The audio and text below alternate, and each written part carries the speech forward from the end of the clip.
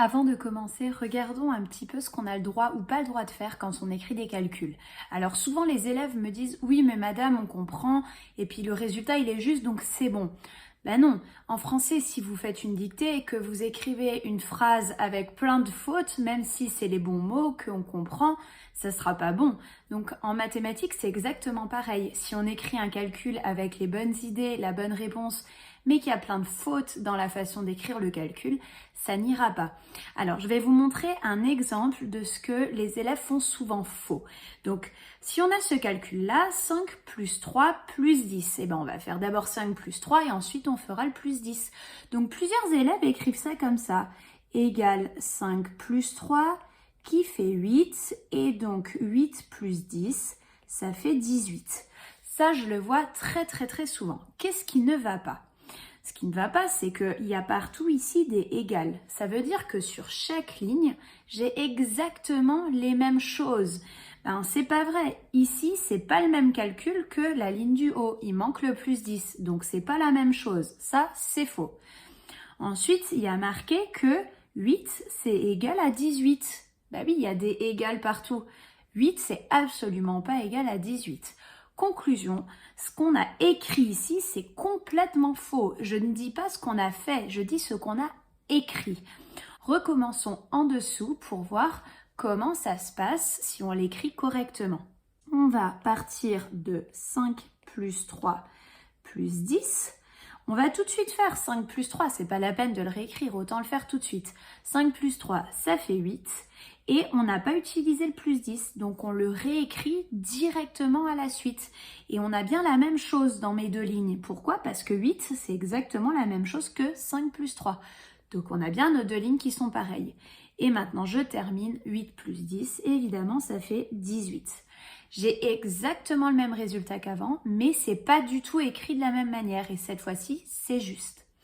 Alors, maintenant qu'on a refait un point sur ce qu'on a le droit d'écrire ou pas, on va voir quelques règles pour comment faire quand il y a plusieurs opérations dans un calcul. Alors, la première règle, c'est plus un conseil qu'une règle en réalité. Si dans un calcul, il n'y a que des additions et des soustractions, il est plus prudent de faire les calculs dans l'ordre où ils viennent, donc de gauche à droite.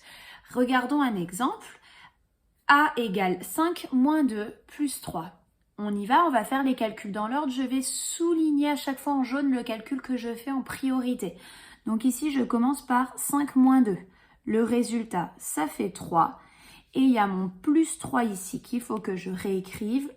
Donc plus 3. Et on fait bien évidemment le calcul 3 plus 3 qui nous donne 6. Ça, c'est la façon prudente. Il y a une autre façon de le faire. On va le mettre en remarque.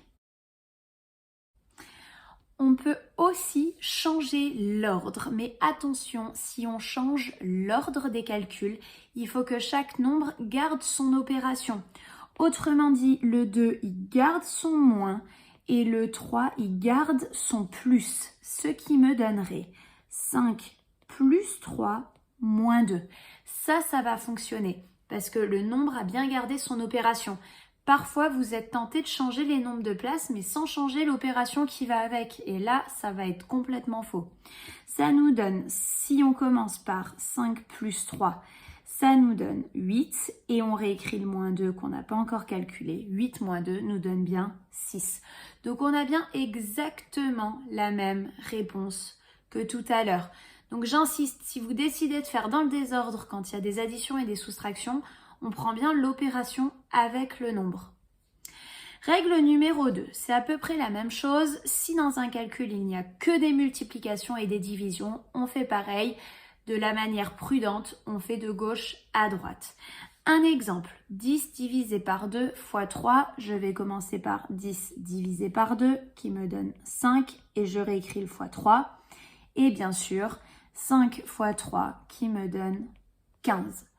Toujours encore en remarque, je peux faire le calcul en changeant les termes de place, mais encore une fois, chaque nombre prend son opération avec.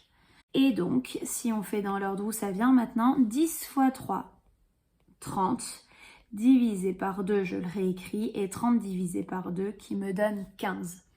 Donc encore une fois, quand c'est que des additions-soustractions ou alors que des multiplications-divisions, vaut mieux faire dans l'ordre. Ou alors, si on inverse, il faut faire très attention à bien prendre la bonne opération avec. On continue pour une dernière règle qui là par contre n'est pas un conseil, c'est une règle à respecter obligatoirement. Dans un calcul, il faut toujours respecter l'ordre suivant. S'il y a des parenthèses, on commence par les calculs dans les parenthèses. C'est à la condition qu'il y en ait, bien sûr. Ensuite, s'il y a des multiplications et des divisions, on continue avec les multiplications et les divisions. Et en tout dernier, on fait les additions et les soustractions. Et là, on ne regarde pas du tout dans quel ordre ça arrive. On respecte la règle là. C'est quand il y a un mélange de plein de choses. D'abord les parenthèses, ensuite les multiplications et divisions, et ensuite les additions et soustractions.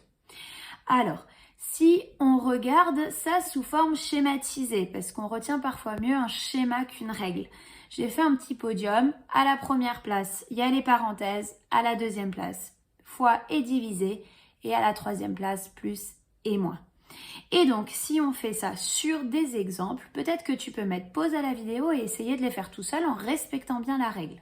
Moi, je continue. Alors, on commence dans le calcul A, on a un plus et un fois passe en premier. Donc, je commence par 2 fois 3, obligé. Ça me donne 6. Et maintenant, il me reste à faire 5 plus 6 qui me donne 11. Voilà pour le premier calcul. C'est pas compliqué, il faut juste savoir dans quel ordre faire les choses. Et le calcul B, on a une division et une soustraction. Donc la division devrait passer en premier, mais non, parce qu'il y a des parenthèses. Donc les parenthèses passent en priorité. On va commencer par la soustraction. Alors là, attention, on garde bien les nombres écrits à leur place. Le 45 divisé, il est devant, il reste devant. On va pas commencer à changer les choses de place, sinon à faire des bêtises. Donc le 45 divisé, je m'en occupe pas, je le réécris à sa place. Et ensuite, 11 moins 2 me donne 9. Et 45 divisé par 9, ça fait 5. Et voilà, j'ai terminé mon calcul. Donc j'insiste, on respecte bien l'ordre qui est noté ici dans cette règle.